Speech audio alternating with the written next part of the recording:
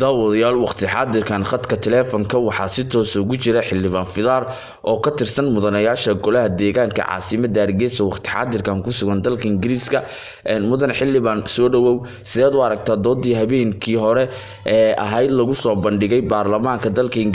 Ingiriiska doodaas oo ay xildhibaanada ka doodayay qadiyadda Soomaaliland doodii xalay ama Soomaaliland ba wax niyada lagu hayay oo caalamka oo dhan uu og yahay baa banaanka u soo baxday qobcadan aynu ku naal waa qobcad deemana oo aad iyo aad istiraatiijiya sida darteed maxaan ku raahday qof kasta oo maxaan ku raahday wadan kasta oo caalamka aad u xiiseynaya Somaliland waxa xaqiiqo jirta oo aan la difiri karin dal xor ahaa imikana xora doorashooyin xor iyo xalaal qabsaday waliba tii ugu dambeysay si qurux badan oo wanaagsan ay noogu dhacday oo inaan ayba ka soo noqon maxaa marka maanta isbedelay waxa weeyaan runtii maxaan ku raahdaa geeska oo si dawaqaya oo natiijada ay ka soo soconin dhibaatooyin badan ay ka soo socdaan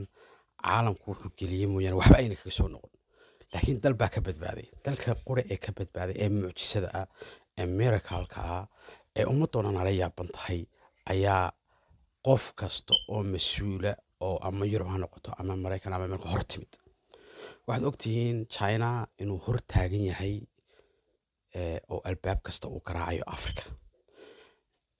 Kenya baa ka xiran iyo dhowr dal sidaa darteed Ingiriiska iyo Mareykanba mar rabaan inay mulmiyaan ama cid kasta oo China helisaaba inay Somaliland fursadda qaaliga ah ay lumiso run ahaantii marka saas oo ay tahay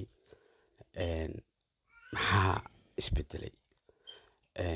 qadiyadan kiciyay waa dhowr waxyaabo Gavin Wilson xildhibaankaas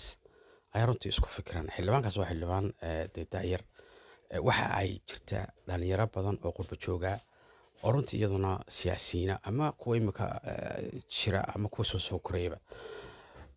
runtii kuwaas waa kuwa isla soo koreen waa kuwa isla soo shaqeeyeen Somaliland runtii way ka gaabisay in ay ka faa'iideysato dhalinyarada qurba joogta aqoonyahanka mutacalimiinta siyaasiyiinta ama activistiga maxaan ku raahdaa madaxdan imika haysa waa kuwa isla soo koreen kuwaas way af yaqaanaan way isfahmayaan runtii aniguna kuwaas man kamid ahay kana shaqeynayay maxaan ku raahdaa taasa horta dhalisay kicin badan Gavin Wilson afkiisu ka sheegay inuu saaxiibo badan ku leeyahay Britain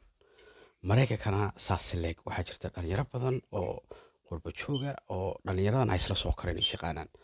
Sweden saas leeg aniguna 4 luqadood baan ku hadlaa runtii Somaliland runtii intii aanan xilkan aanan isu soo sharxinay in badan baan ka shaqeynayay oo activist ahaa insha Allah waanu ka sii shaqeyn doonaa hadii Ilaahay yiraahdo maxaan ku raahdaa laakiin qof kasta xaqiiqada jirtay Somaliland baa hor timid cidna Somaliland ma barayso laakiin waxa weeyaan tamasha taala waxa weeyaan miiska maxaa yaala Somaliland miiska asad bay haysataa awl hore waxa lagu xisaabtamayay ama gorgortanku ahaa annagu aanu soo xweydaarsano aanu heshiis galno aanu wax wada cunno laba su'aalood baa markaa meesha yaali waxay nagu weydiisanayeen Soomaaliya ahaan aanu wixii ku qaadano aanu wada shaqeysano aanu heshiis caadno taas waa mid ta kalena la isku diidanaa ama intee in leeg baynu isweydaarsanaa intee in leeg baad rabtaan maxaan ku raahdaa heshiis kasta inuu galnaa inuu ku saleysnaado adna aanaan cuno taasina ismay leegeen oo waxay ka faa'iideysanayeen dhibaatada iyo waqtiga aynu ku jirno taa alxamdulillah wayna waafajiyay reer Somaliland way diideen imika laakiin waxa weeyaan reer Somaliland waanu fahanay dhalinyaro aqoonyahana u soo baxay golo deegaan iyo golo baarlamaanba maxaan ku raahdaa waxa qura heshiis lagu gali karaa waxa weeyaan heshiis xor iyo xalaala oo labada qolba ay diyaar u yihiin reer Somalilandna xaq ah iyagana maaragtay ay wax ku faa'iideyno horta waa taala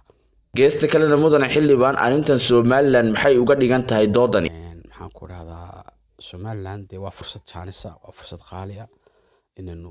maxaan ku dhahdaa himiladeenii iyo hayaankeedii unbaynu dee maalinta ka dambeysaan xaqiijinaynaa. Ta kalena waxa weeyaan Soomaaliya haddaan soo qaado, Soomaaliya runtii dee albaabka Somaliland beri hore ka xidhmay, dood uga furana runtii ma jirto. Caalamkuna wuu fahmay waxba inayna kaga soo noqonaynin. Somaliland iyo Soomaaliyana ayna dee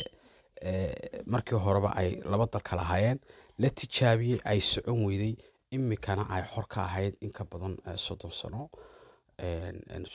Soomaaliyana runtii waxay ku dadaalayaan mar kastaba distraction inay ku sameeyaan Somaliland. Runtii u suurtagal weyday, dadkeeda ilaashanaya, madaxdeeda ilaashanaya, wax u suurtagelayana maaha. Maxaan ku dhahdaa xaqiiqada runta ah ayaa cid kasta taabatay, reer Somaliland iyo geeska iyo Yurub iyo Ameerika iyo cid kastaba. Insha Allah markaa arrinku waa kaa facekii kale unbaa la gelayaa. Waxaa dhan waxa weeyaan heshiisyadii iyo wixii kale maaragtay is a matter of time. Ciddii ku dhawaaqi lahayd, ciddii odhan lahayd aynu heshiis galno caalamiya, aynu ku dhaqaaqno, United Nationska la geeyo, in meel kasta la geeyo,